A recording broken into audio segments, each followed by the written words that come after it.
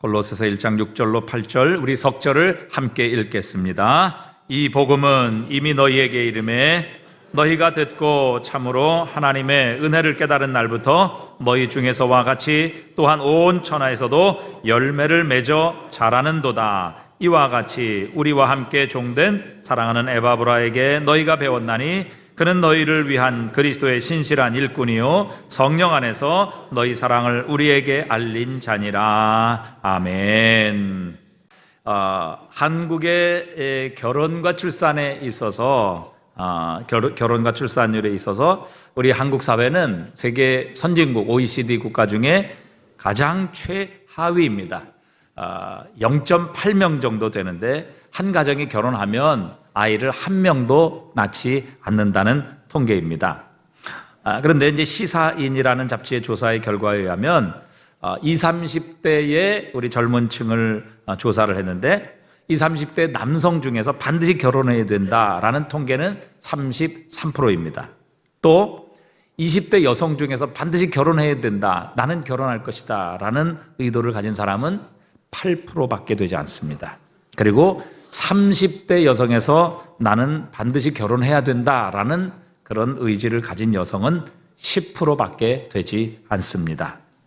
정말 충격적인 결과죠. 그러니까 20대 여성에서 나는 결혼할 거야, 나는 반드시 결혼할 거야 라는 생각을 가진 사람은 10명 중에 1명도 되지 않는다는 것입니다. 그리고 또 18세에서 49세 미혼자를 대상으로 조사한 부모의 결혼 생활과 또 자녀들의 결혼 의도를 조사한 통계가 있습니다. 그런데 18세에서 49세의 미혼자 가운데서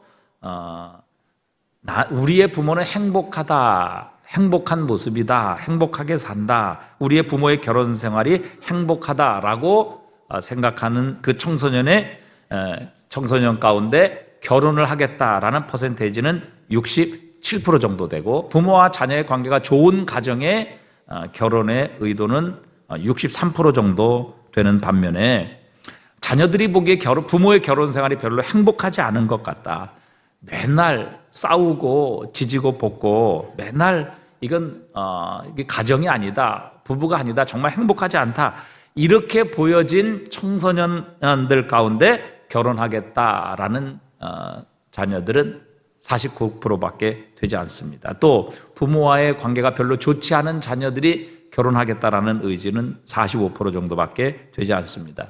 그러니까 부모의 결혼 생활을 보고 참 행복하다라고 관계가 좋다라고 그렇게 느끼는 자녀들은 약 70% 정도, 10명 중에 7명 정도는 우리 결혼해야 되겠다 이렇게 생각을 하는데 자녀들이 보기에 부부가 행복하지 않은 것 같다, 맨날 싸우고 다툰다, 정말 부부의 관계가 별로 안 좋다 이렇게 생각하는 자녀들은 10명 중에 5명도 결혼하지 않겠다, 5명도 결혼하지 않겠다. 또 심지어는 부모와 자녀의 관계가 좋지 않은 그런 자녀들은 43%밖에 결혼할 의도가 없다, 이렇게 통계가 나왔습니다. 그러니까 부모의 결혼 생활이 행복하게 보이는 자녀들은 결혼할 확률이 매우 높습니다. 또 그렇지 않고 부모의 결혼 생활이 별로 행복해 보이지 않는다라고 여기는 그런 자녀들이 결혼하겠다라는 의향은 반도 되지 않는 통계가 나와 있습니다. 그러니까 이것은 부모의 결혼 생활 혹은 부모의 삶이 자녀들의 삶에 얼마나 지대한 영향을 미치는가 하는 것을 우리에게 아주 단적으로 보여줍니다. 여러분, 그게 자녀의 가정에만 영향을 미칩니까? 결혼 안 하게 되면 그것은 결국 이 사회에도 아주 막대한 영향을 미치게 되는 것이고, 나가서 국가, 경제 모든 면에 이 국가의 운명조차 위협하게 되는 그런 아주 막대한 영향력을 미치게 된다는 것을 우리는 이 통계를 통해 알 수 있는 것입니다. 여러분, 오늘 우리는 어린이 주일로 지키는데 과연 우리가 우리의 자녀들에게 줄 수 있는 최고의 선물이 무엇일까? 다시 한번 우리의 모습을 돌이켜 봅니다. 여러분, 우리 하나님께서는 말씀하십니다. 이사야서 55장 11절에 보니까 우리 함께 읽어봅니다. 내 입에서 나가는 말도 이와 같이 헛되이 내게로 돌아오지 아니하고 나의 기뻐하는 뜻을 이루며 내가 보낸 일에 형통함이니라. 그러니까 이 말씀의 핵심은 그거죠. 하나님의 말씀은 반드시 이루어진다. 하나님의 말씀은 능력이 있기에 반드시 그 말씀하신 대로 이루어지고 성취되게 하신다라는 뜻입니다. 하나님의 말씀에는 능력이 있다는 것이죠. 예레미야 선지자는 예레미야 23장 29절에서 이렇게 말씀하십니다. 또 한번 읽어보겠습니다. 여호와의 말씀이니라 내 말이 불같지 아니하냐 바위를 쳐서 부서뜨리는 방망이 같이 아니하냐. 하나님의 말씀이 우리의 모든 것을 태워버리는, 아주 우리의 삶을 정말 움직이는, 끓게 만드는 그런 불 같지 아니하냐. 또 반석, 바위를 깨트리는 그런 방망이와 같이 아니하냐. 하나님의 말씀의 능력을 그렇게 예레미야 선지자는 표현하고 있습니다. 바울은 로마에 있는 성도들에게 편지를 쓰며 내가 복음을 부끄러워하지 아니한다, 그렇게 선포했습니다. 여러분, 그 당시에 기독교는 많은 주류인 유대인들에게 또 로마의 여러 신상들과 종교에 의해서 정말 작은 하나의 이단 정도로 그렇게 취급되었고, 정말 그 숫자를 치면 0.0001%도 안 되는 미미한 숫자였습니다. 그런데 왜 바울은 이런 복음을 부끄러워하지 아니한다 그렇게 선포했을까요? 로마서 1장 16절에 이렇게 말씀하십니다. 이 복음은 모든 믿는 자에게 구원을 주시는 하나님의 능력이 됨이라.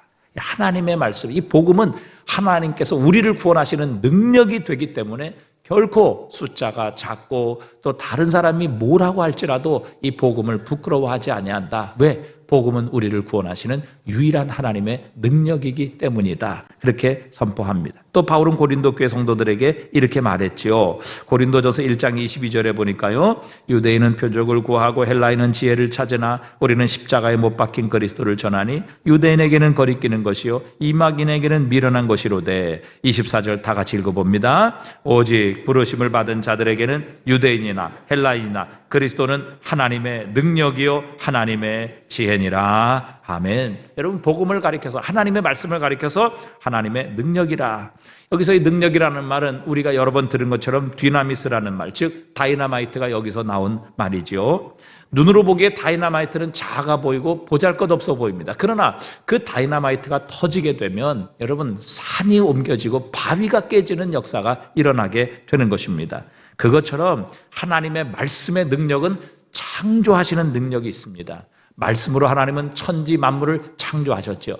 있으라, 그렇게 말씀하시면 없던 것이 새롭게 창조되게 하셨습니다. 하나님의 말씀에는 창조의 능력이 있습니다. 어느 것도 하나님의 말씀을 가로막을 수 있는 존재는 없습니다. 그분이 뜻하시고 그분이 계획하시는 모든 것을 이루시는 능력이 바로 하나님의 말씀, 예수 그리스도의 복음이라고 선포하고 있는 것입니다.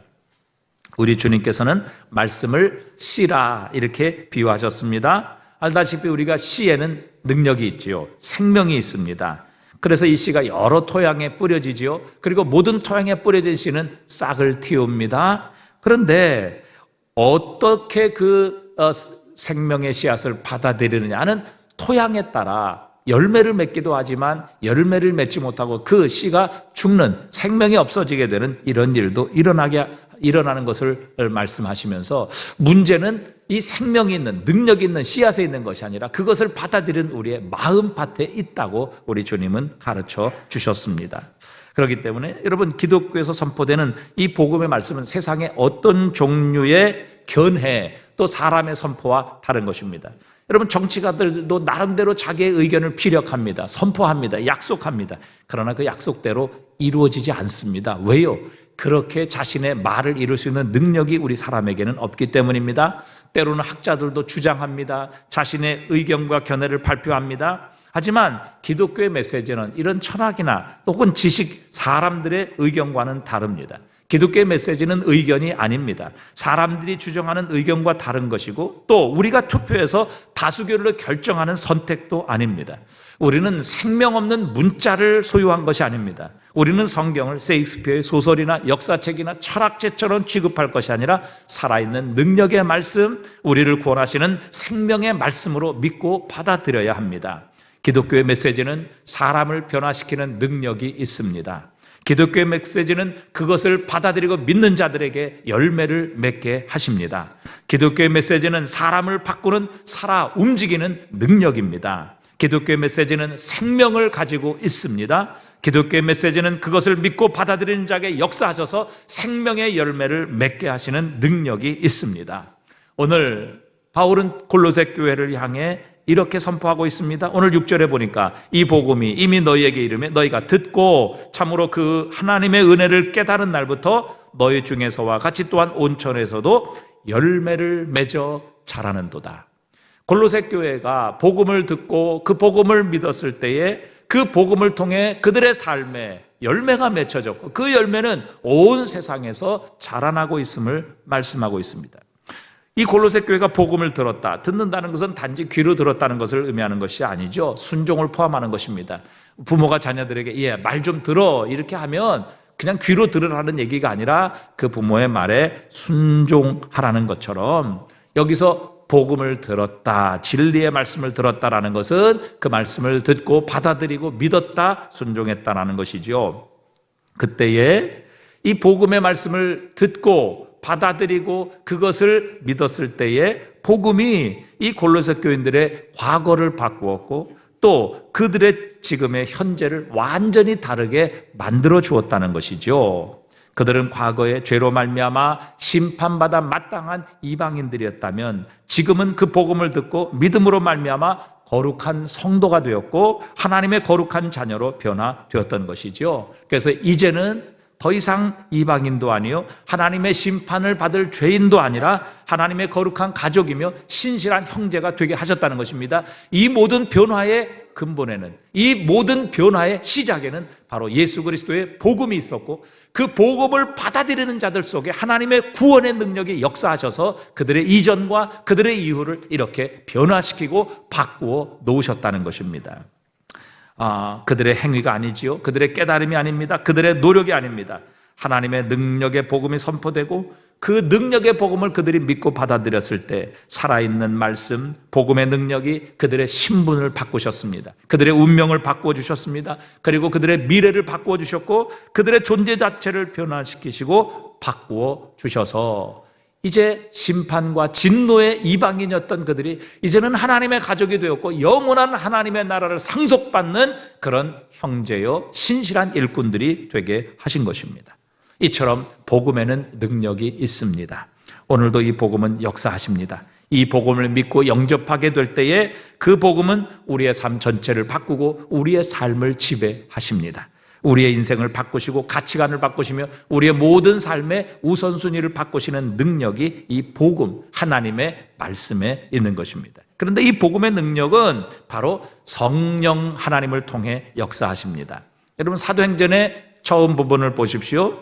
우리 주님과 3년 동안 동행했던 제자들이 나옵니다. 그들은 3년 동안 예수님 곁에서 예수님의 말씀을 직접 들었던 사람입니다.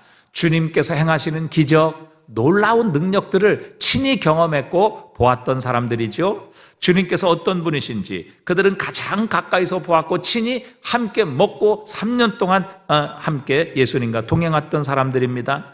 그들은 주님의 십자가의 죽음도 친히 목격했습니다. 주님께서 무덤에 장사된 것도 친히 그들의 눈으로 보았고 또한 사흘 만에 죽은 자 가운데서 다시 살아나신 부활의 주님도 그들은 친히 목격했고 그 부활하신 주님께서 계신 그곳에 그들도 함께 있었습니다. 여러분 이런 놀라운 주님의 능력과 주님과 3년 동안 함께 동행하는 이 특권을 누렸지만 여러분 이들이 과연 이 상태로 예수 그리스도의 복음을 전하며 또 땅끝까지 주의 복음을 증거하는 일을 만약에 감당했다면 여러분 결코 그들은 주님께서 주신 사명을 이룰 수 없었을 것입니다. 아마 그들은 두려워했을 것입니다. 아무런 능력도 없이 나가 사람들의 조롱거리가 되었을 것이며 많은 유대인들과 이방인들에게 핍박을 받아 죽임을 당했을지도 모릅니다. 하지만 주님께서는 그들에게 미리 약속하셨습니다. 누가복음 24장 49절에 보니까 볼지어다 내가 내 아버지께서 약속하신 것을 너희에게 보내리니 너희는 위로부터 능력으로 입혀질 때까지 이 성에 머물라 하시니라. 그렇게 약속하셨고, 사도행전 1장 8절에서 주님이 약속하신 그것이 무엇인가를 친히 밝혀주십니다. 오직 성령이 너희에게 임하시면 너희가 권능을 받고 예루살렘과 온 유대와 사마리아와 땅끝까지 이르러 내 증인이 되리라. 그렇게 말씀하셨습니다. 약속하신 것 기다리고 그것을 받아야 너희가 능력을 받을 것이다. 그것이 무엇인가? 바로 성령 하나님이셨습니다. 그리고 주님께서는 약속하신 대로 오순절날 성령님을 이 땅에 보내셨습니다. 성령을 그들은 충만히 받았고 성령 받은 그들은 복음을 전하기 시작했습니다. 그리고 성령 받은 베드로가 담대히 나가 유대인들에게 복음을 전했을 때에 한 번에 3,000명이 회개하고 주님께 돌아오고 주님을 영접하는 기적이 일어나게 하셨습니다. 이건 결코 베드로의 능력 때문이 아닙니다. 그가 설교를 잘했기 때문도 아니지요. 그를 통해서 하나님의 성령께서 역사하셨기 때문입니다. 사도행전 3장에 베드로가 성령 충만하여 성전 미문에 앉아 나면서부터 걷지 못하는 장애인을 향해 은과 금은 내게 없지만 내게 있는 것으로 내게 주노니 나사렛 예수의 이름으로 일어나 걸으라. 그리고 손을 잡아 일으켰을 때 그의 손과 발목에 힘을 얻게 되고 그가 갑자기 일어나 걷고 뛰며 성전으로 들어가 살아계신 하나님을 찬양하게 되었습니다. 여러분, 이 광경을 옆에서 친히 목격한 사람들이 수두룩했습니다. 사람들은 놀랐지요. 아니, 어찌 세상에 이런 일이 일어날 수 있을까? 아니, 나면서부터 앉은 배가 어찌 일어나서 걷고 뛰며 성전으로 들어가 하나님을 찬양하는 이런 일이 도대체 사람 가운데 일어날 수가 있을까? 사람들은 모두 놀라며 베드로를 주목하기 시작했습니다. 그때에 베드로가 어떻게 이런 일이 일어났는지를 설명합니다. 사도행전 3장 12절에 보니까 베드로가 이것을 보고 백성에게 말하되 이스라엘 사람들아, 이 일을 왜 놀랍게 여기느냐? 우리의 개인의 권능과 경건으로 이 사람을 걷게 한 것처럼 왜 우리를 주목하느냐? 아브라함과 이삭과 야곱의 하나님 곧 우리 조상의 하나님이 그 종 예수를 영화롭게 하셨느니라. 자신의 능력이 아닙니다. 자신이 가진 힘으로 혹은 자신의 경건함으로 이런 일이 일어난 것이 아니라 하나님께서 우리 주 예수 그리스도를 높이시고 그분의 이름으로 말미암아 이 놀라운 능력과 기적이 나타나게 하심으로 예수님께서 살아 계신다. 그분이 이 땅에 오신 하나님의 아들이시다. 우리를 구원하게 보내신 하나님의 구주이시다라는 것을 하나님께서 친히 증명하신 것이다. 우리의 능력, 우리가 가진 경건함으로 이런 일이 일어난 것이 아님을 베드로는 분명히 자신을 주목하는 사람들을 향해 선포하고 있습니다. 하나님의 능력, 성령의 능력으로 예수 그리스도의 이름을 높이기 위해 이 기적과 이 능력이 나타났음을 베드로는 분명히 밝히고 있는 것입니다. 오늘 본문에 이 골로새 교회를 세운 에바브로를 살펴보십시다. 그는 사도가 아니었습니다.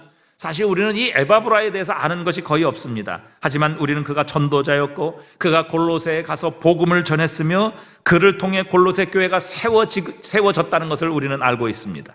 그가 진리의 복음을 전할 때에 성령의 능력께서 그와 함께 하셨던 것입니다. 하나님께서 그의 전도를 통해 골로새 교회의 복음을 들은 사람들의 삶의 열매가 맺게 하셔서 그들이 성도가 되게 하신 것이죠. 이 일을 행하신 분은 성령 하나님이십니다. 여기에 복음의 능력이 있는 것입니다. 여러분, 우리가 누구인가? 우리가 어떤 사람인가? 우리가 어떤 능력을 가졌는가? 이것은 결코 중요하지 않습니다. 그러기에 우리도 성령을 받으면 하나님의 능력으로 쓰임받을 수 있게 하십니다. 하나님의 말씀은 살아 있습니다. 복음에는 능력이 있습니다. 그것을 믿고 받아들이는 자에게 하나님의 생명의 능력이 역사하십니다. 히브리서 4장 12절에 보니까 하나님의 말씀은 살아있고 활력이 있어 좌우에 날선 어떤 검보다도 예리하여 혼과 영과 및 관절과 골수를 찔러 쪼개기까지 하며 또 마음의 생각과 뜻을 판단하신다, 이렇게 말씀하십니다. 여러분, 성령께서 하시는 일 중에 하나는 우리의 마음을 밝히시는 겁니다. 우리의 마음은 죄로 인하여 어두워졌기 때문에 우리의 마음이 밝혀져야만 합니다. 우리의 눈은 죄로 말미암아 영적인 실명을 가지게 되었기 때문에 우리 자신도, 우리의 죄도, 우리가 받아야 할 심판도 모두가 다 가리워져 있는 것입니다. 하지만 성령님은 우리의 눈을 뜨게 하십니다. 우리의 영적인 시력을 회복시켜 주십니다. 여러분, 사도에게 주신 사명이 무엇입니까? 사도행전 26장 16절에 보니까요, 일어나 너의 발로 서라. 내가 네게 나타난 것은 곧 네가 나를 본 일과 장차 내가 네게 나타날 일에 너로 종과 증인을 삼으려 함이니 이스라엘과 이방인에게서 내가 너를 구원하여 그들에게 보내요. 18절 함께 읽어봅니다. 그 눈을 뜨게 하여, 무엇을 뜨게 해요? 눈을 뜨게 하여 어둠에서 빛으로 사단의 권세에서 하나님께로 돌아오게 하고 죄사함과 나를 믿어 거룩하게 된 무리 가운데 기업을 얻게 하리라 하더이다. 그러니까 한마디로 요약하면 사도들에게 주신 주님의 사명은 이 세상의 영적인 소경인 자들, 어둠 가운데 있는 자들의 눈을 뜨게 하시는 겁니다. 그들의 눈을 밝혀주시는 것이죠. 여러분, 왜 세상이 주님께 돌아오지 않습니까? 왜 예수님을 구주로 영접하지 않습니까? 그 결정적인 이유는 자신이 죄인임을 모르기 때문입니다. 하나님께서 어떤 분이신지 볼 수 없기 때문이지요. 자신의 죄가 얼마나 끔찍하며 그 죄로 말미암아 하나님으로부터 우리가 받아야 될 심판과 영원한 저주를 보지 못하기 때문에 세상은 예수 그리스도를 믿지 않는 겁니다. 하나님께로 돌아오지 않게 되는 것이죠. 여러분, 만약 이것을 볼 수 있다면 과연 내 죄가 어떤 것이고 그 내 죄가 받을 하나님의 영원한 심판과 정죄와 저주가 어떤 것인지를 볼 수 있다면, 깨달을 수 있다면 세상은 결코 이렇게 살지 않을 것입니다. 회개할 것이고 주님께로 돌아와 용서받을 것이고 그들의 삶에 새로운 생명의 역사가 시작되게 할 것입니다. 여러분, 죄인을 향한 하나님의 심판이 무엇입니까? 여러분, 우리는 하나님께 두드려 맞고 또 하나님께 무엇인가를 빼앗길 때에 그것을 하나님의 심판이라 이렇게 생각하는데 결코 그렇지 않습니다. 여러분, 그것은요, 하나님께서 우리를 사랑하시는 또 다른 방법 중에 하나일 뿐입니다. 진정한 심판은요, 결코 그게 아닙니다. 이사야서 6장 9절 여기 보니까 이렇게 말씀하시죠. 우리 한번 읽어볼까요? 여호와께서 이르시되 가서 이 백성에게 이르기를 너희가 듣기는 들어도 깨닫지 못할 것이요 보기는 보아도 알지 못하리라 하여 이 백성의 마음을 둔하게 하며 그들의 귀가 막히고 그들의 눈이 감기게 하라. 염려하건대 그들이 눈으로 보고 귀로 듣고 마음으로 깨닫고 다시 돌아와 고침을 받을까 하노라 하시기로. 여러분, 하나님의 진정한 심판이 무엇입니까? 여러분, 우리가 회개하면 하나님께서 우리를 회복시켜 주십니다. 우리가 하나님께로 돌아오면요, 하나님께서는 하나님과 우리의 관계를 다시 회복시켜 주십니다. 우리의 축복도 돌려주시는 것이지요. 그런데요, 여러분, 듣기는 들어도 알지 못하고 깨닫지 못하고 보기는 보는데 전혀 알지 못한다는 것은요, 아예 하나님께서 돌이키지 못하게 하시겠다는 겁니다. 아예 회개의 기회조차 주시지 않겠다는 거예요. 여러분, 우리가 죄 가운데 있고 하나님의 징계와 심판을 받을 때 하나님께서 우리의 눈을 뜨게 하시고 우리에게 하나님의 음성을 듣게 하셔서 깨닫게 하시면요, 회개합니다. 그러면 돌아가요. 그러면 회복됩니다. 하나님께서 하나님과 우리의 관계를 다시 새롭게 만들어 주십니다. 하나님의 축복이 우리의 삶에 다시 임하게 하는 거죠. 그런데 여러분, 듣기는 들어도 깨닫지 못해요. 보기는 보아도 알지 못해요. 그러면요, 회개할 기회조차 우리에게 없는 겁니다. 그건 뭐예요? 하나님께서 심판하시겠다는 겁니다. 하나님께서 완전히 망하게 하시겠다는 거예요. 언제까지? 황폐해질 때까지, 다시는 일어서지 못할 때까지 하나님께서 완전하게 그들에게 회개의 기회, 돌아올 수 있는 기회마저도 하나님께서 빼앗으시는 거예요. 그래서 보기는 보아도 깨닫지 못하고 또 듣기는 들어도 깨닫지 못하는 그런 하나님의 징계를 베푸시겠다. 왜요?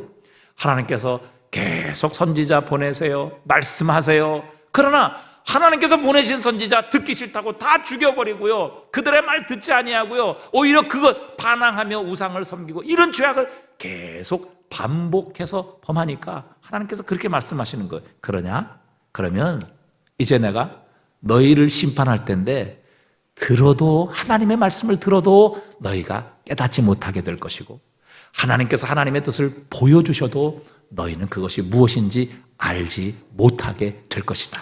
언제까지? 너희가 완전히 망할 때까지, 너희가 있던 이 땅이 황폐해질 때까지 내가 너희를 심판하리라. 진짜 심판은요, 우리가 망하고 또 우리가 하나님의 우리가 물질을 빼앗기고 건강을 잃어버리고 이게 심판이 아니에요. 진짜 심판은요, 하나님께서 우리에게 말씀하셔도 그 말씀이 무슨 말씀인지 깨닫지 못하는 거예요. 하나님께서 분명한 증거를 보여주셔도 그 증거가 무엇인지 알지 못하게 하시는 거예요. 그렇게 되면요, 돌이킬 수 있는 가능성이 없는 겁니다. 회개할 수 있는 여지가 없는 거예요. 그러니까 그 사람은 뭐예요? 완전히 하나님의 심판과 멸망이 작정된 겁니다. 그런데 성령께서 하시는 게 뭐예요? 우리로 하여금 깨닫게 하시는 겁니다. 우리의 눈을 열어 보게 하시는 것이죠. 우리의 귀를 열어 하나님의 음성을 듣게 하시고 그분의 뜻을 깨닫게 하시는 겁니다. 이것이 하나님의 사인이고 이것이 하나님이 보낸 증거라는 것을 우리의 눈으로 보게 하시는 겁니다. 그래서 성령은요, 우리의 마음을 감동시켜 주십니다. 우리의 완악하고 이기적인 마음을 부드럽게 하십니다. 우리의 의지를 설득하실 수 있는 능력이 성령님께 있는 겁니다.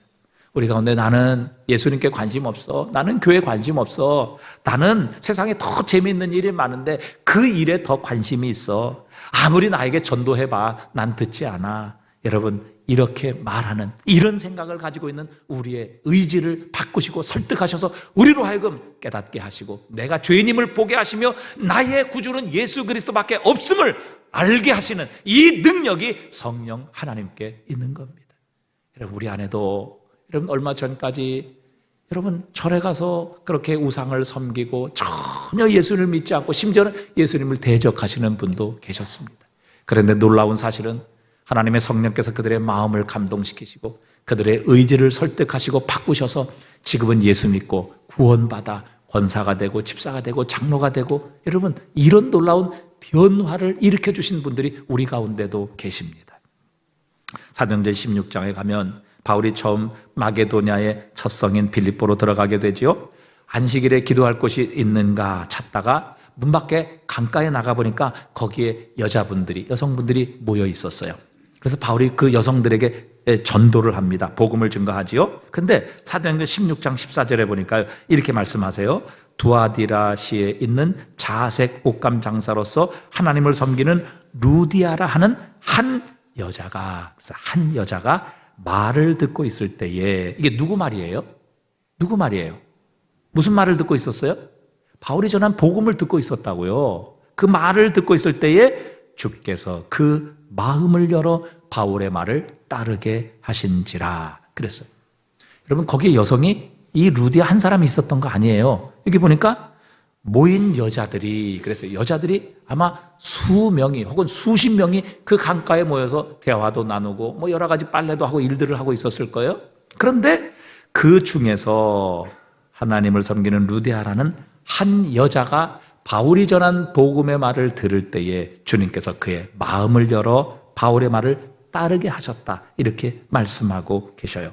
여러분, 이것을 보면 여러분 말씀을 들은 사람이 많았지요, 주변에. 그런데 오직 그 말씀을 따르는 사람은 한 사람, 주님께서 마음의 문을 열어 그 바울이 전한 복음을 따르게 하신 사람은 딱 한 사람이었다는 것을 주님은 우리에게 가르쳐주고 계십니다.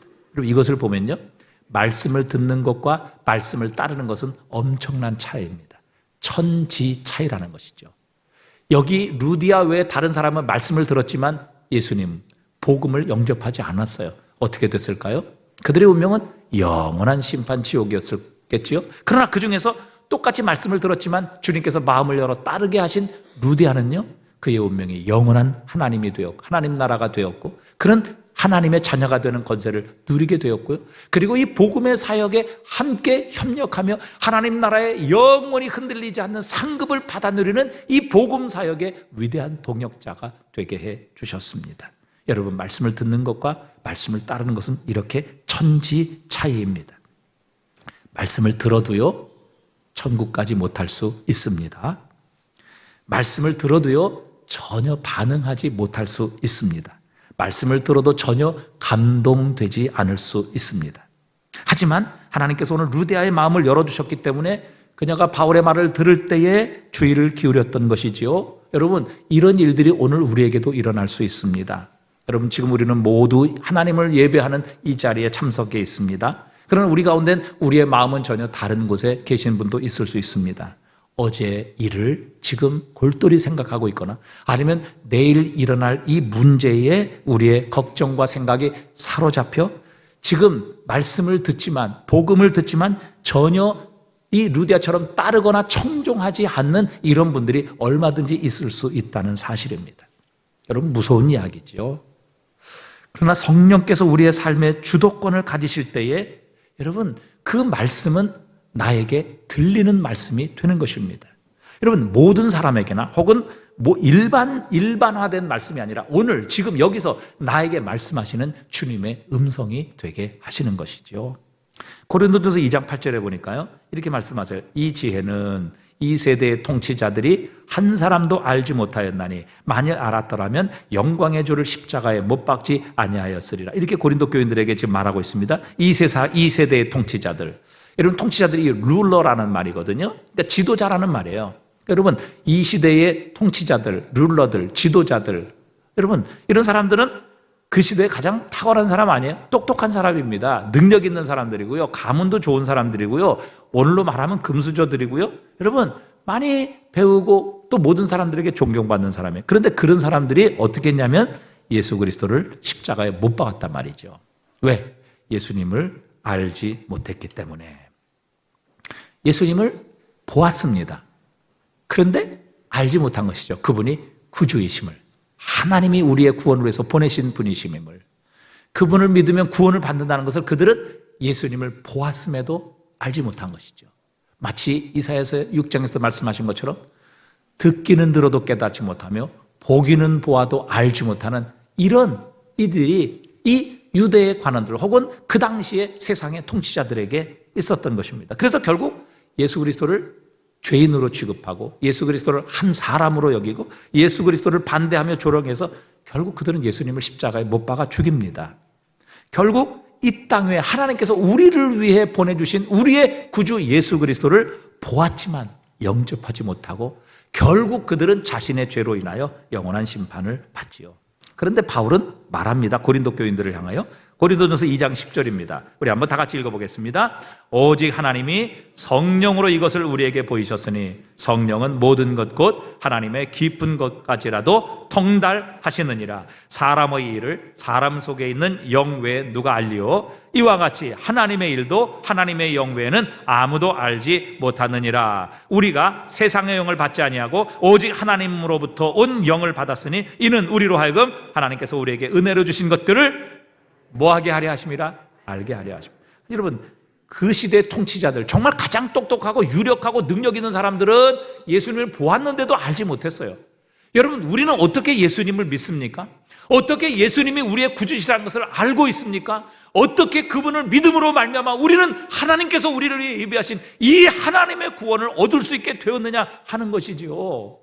여러분, 그게 우리의 힘과 우리의 노력과 우리의 탐구를 통해서 이루어진 것이 아니라 하나님께서 우리에게 주신 것을 알게 하시기 위해서 하나님의 성령을 주셨기 때문이라. 오직 우리가 세상의 영을 받지 아니하고 오직 하나님께로부터 온 영을 받았으니 이는 우리로 하여금 하나님께서 우리에게 은혜로 주신 것을 알게 하려 하심이라. 여러분, 우리가 여전히 세상의 영에 속해 있다면, 세상의 영의 지배를 받고 있다면 우리는 예수 그리스도를 보고도 아무리 똑똑하고 많은 지식과 학문을 가지고 있어도 이 세상의 세대의 통치자들처럼 우리는 예수님을 보고도 죄인이다, 십자가 못 박아 죽였다, 그분이 나와 무슨 상관이 있느냐, 이렇게 아마 나왔을 것입니다. 그러나 하나님께서 우리에게 성령을 주셔서 우리로 하여금 하나님께서 우리에게 은혜로 주신 예수 그리스도를 알게 하시고 깨닫게 하시고 보게 하셔서 결국 그 예수 그리스도를 영접함으로 우리는 이 하나님의 놀라운 구원에 참여하게 하신 것입니다. 어느 날 제 아내가 전도를 하는데 어떤 아주머니에게 전도를 했어요. 그랬더니 그 아주머니가 그러더래요. 자신의 딸이 예수를 믿게 됐는데 정말 그 딸이 예수를 믿고 나서 너무 많이 바뀌었다는 겁니다.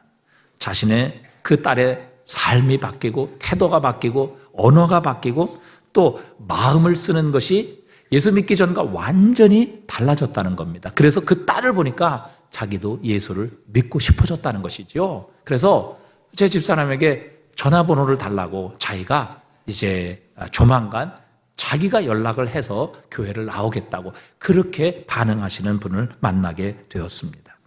여러분, 이렇게 우리가 예수를 믿고 영접하게 되었다면 우리의 삶에는 반드시 믿음의 열매가 맺혀져야만 합니다. 마태복음 7장 16절에서 예수님 말씀하셨죠. 그들의 열매로 그들을 알지니 가시나무에서 포도를 또는 엉겅퀴에서 무화과를 따겠느냐 말씀하십니다. 나무로, 그 열매로 그 나무를 아는 것이죠. 그 나무에서 가시나무의 열매가 맺혔다면 그 나무는 가시나무고, 엉겅퀴의 열매가 맺혔다면 그 나무는 엉겅퀴입니다. 그런데 가시나무에서 사과 딸 수 없고요, 또 엉겅퀴에서 무화과를 딸 수가 없는 것이지요. 여러분, 우리가 거듭나고 우리가 주님 안에 있다면 우리의 삶의 열매는 자연스러운 것입니다. 저절로 맺혀지는 것입니다. 여러분, 나무 가지가 열매 맺자, 노력해야 돼, 안 맺으면 주인에게, 농부에게 찍혀버릴 거야. 여러분, 이렇게 해서 나무가 가지가 열매를 맺습니까? 그렇지 않습니다. 여러분, 가지는요, 예수님의 말씀처럼 나무에 붙어 있으면 저절로 열매는 맺게 되어 있는 것입니다. 빌립보서 2장 13절 14절입니다. 우리 함께 읽어보겠습니다. 너희 안에서 행하시는 이는 하나님이시니 자기의 기쁘신 뜻을 위하여 너희에게 소원을 두고 행하게 하시나니 모든 일을 원망과 시비가 없이 하라. 여러분, 주님이 분명히 선포하십니다. 너희 안에서 행하시는 이는 하나님이시다. 너희 안에서 행하시는 이는 하나님이시다. 여러분, 이 주님의 말씀을 믿습니까? 여러분, 이 주님께서 하신 말씀을 여러분 확신하십니까? 이게 정말 진짜라고 믿으십니까? 여러분, 우리 안에서 행하시는 분이 하나님이시라고 분명히 주님은 선포하고 계십니다. 여러분, 하나님이 지금 우리 안에서 일하고 계세요. 하나님께서 우리 안에서 역사하고 계시다고요. 여러분, 우리가 이 사실을 확신하고 있다면, 이 사실이 믿고 있다면, 이 사실이 정말 진리라면, 여러분, 내가 반항하거나 불순종하지 않는 한 우리는 자연스럽게 하나님께서 원하시는 일, 하나님께서 원하시는 열매가 맺혀지게 되는 것입니다. 여러분, 내 안에서 일하시는 하나님께서 지금 일하고 계시다고 주님이 말씀하시잖아요. 주님이 내 안에 계세요. 그분이 살아계신단 말이죠. 그분이 지금 일하고 역사하고 계세요. 너희 안에서 행하시는 이는 하나님이시니 자기의 기쁘신 뜻을 위하여 너희로 소원을 두고 행하게 하신다. 그러니 모든 일을 원망과 시비가 없이 하라, 이렇게 말씀하세요.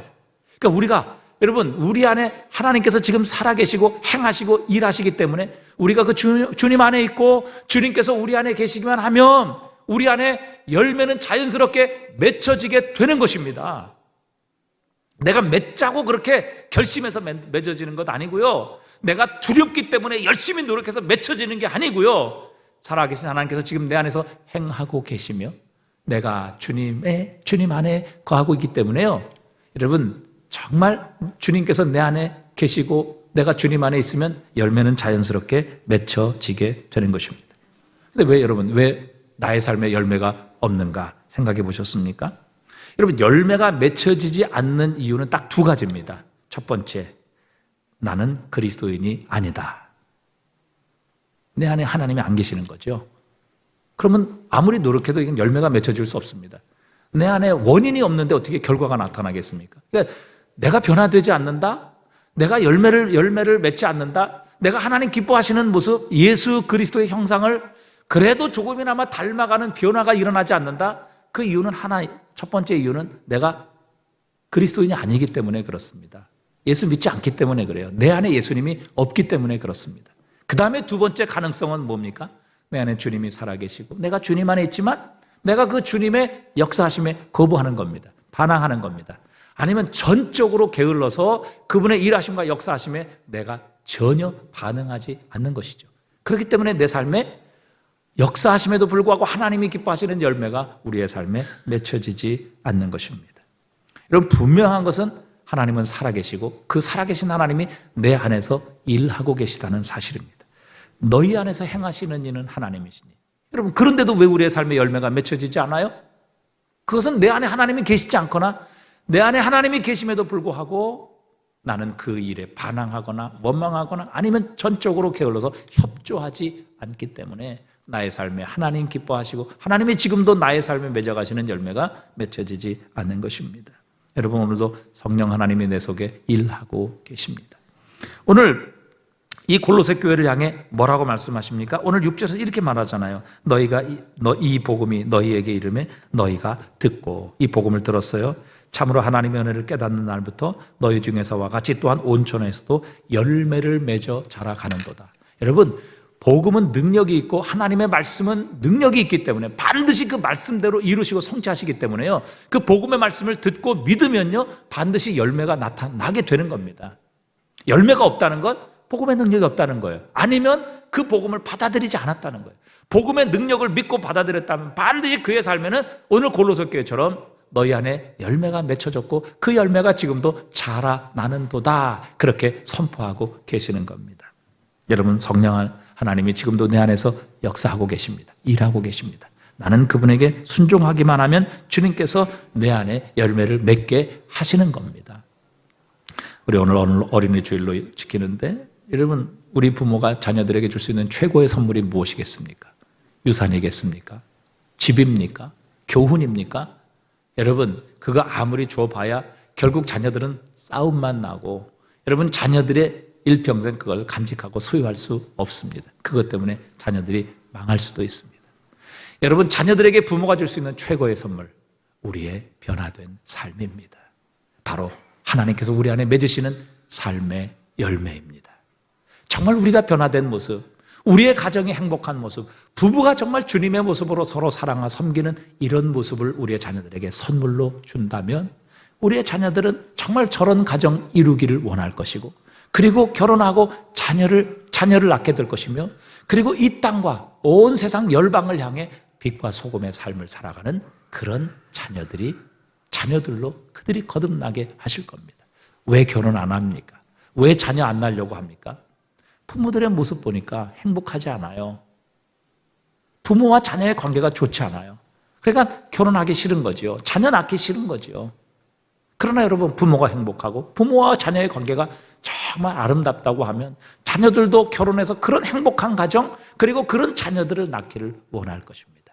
오늘 우리 어린이 주일을 맞이하여 여러분, 정말 예수 그리스도께서 내 안에 계시고 내가 그분을 믿고 영접하고 정말 그분이 내 안에 계시고 내가 그분 안에 거한다면, 여러분, 우리의 삶의 열매, 변화된 우리의 변화라는 이 열매는 우리의 삶에 저절로 맺혀질 수밖에 없습니다.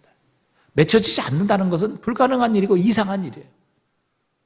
그렇게 오늘도 너희 안에 행하시는 이는 하나님이시니 자기의 기쁘신 뜻을 위하여 너희로 소원을 두고 행하게 하시나니 모든 일을 원망과 시비가 없이 하라. 주님께서 우리에게 말씀하십니다. 그렇게 되면 우리의 삶에 정말 하나님 기뻐하시는 열매, 정말 이 땅에 그리스도 예수를 드러내고 증거하는 우리의 삶의 열매가 자연스럽게 맺혀지게 될 것이다.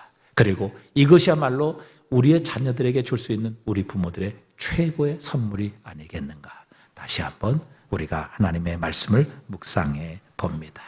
기도하겠습니다.